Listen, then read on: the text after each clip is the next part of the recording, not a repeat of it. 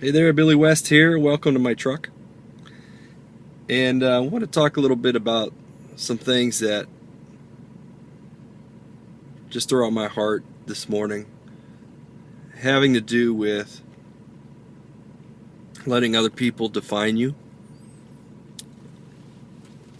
Recently, well, not recently, actually, over the past 20 years, at least, I've noticed that uh, people use as some kind of a litmus test as to whether you're a follower of Jesus the Christ.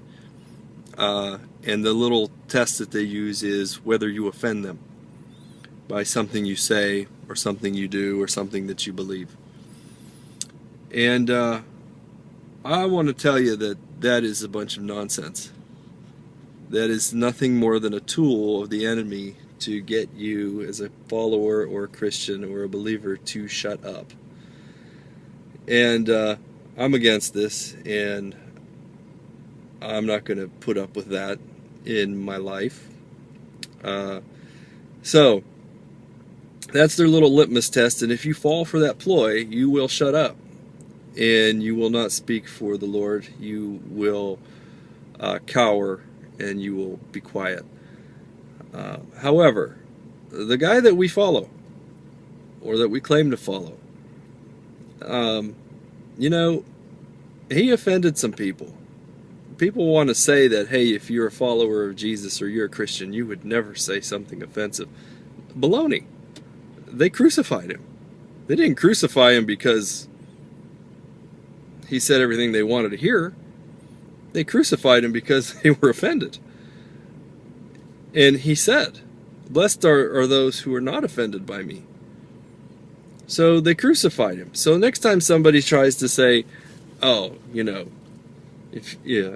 or tries to make you think that if you were really a Christian, you would never say anything offensive, just politely say nonsense. That does not define a Christian. It doesn't take away your Christianity. It doesn't take away your salvation. All it does is, if you submit to that, which is really just somebody defining you in their own definition, just means that you've become their, I don't know what, their slave? That you be quiet, and that's what they want. They don't want to hear the truth. They don't want to hear, anything that you have to say.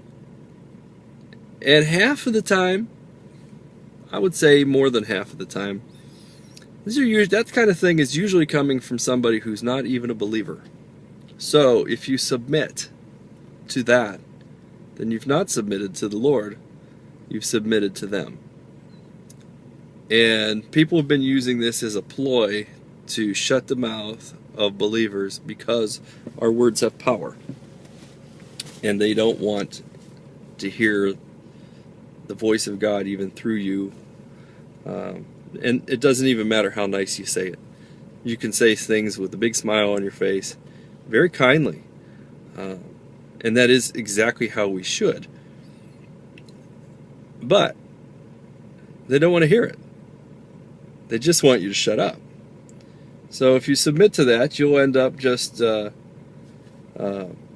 backwards. You probably end up very unhappy. And you won't have a voice in your society and in your culture.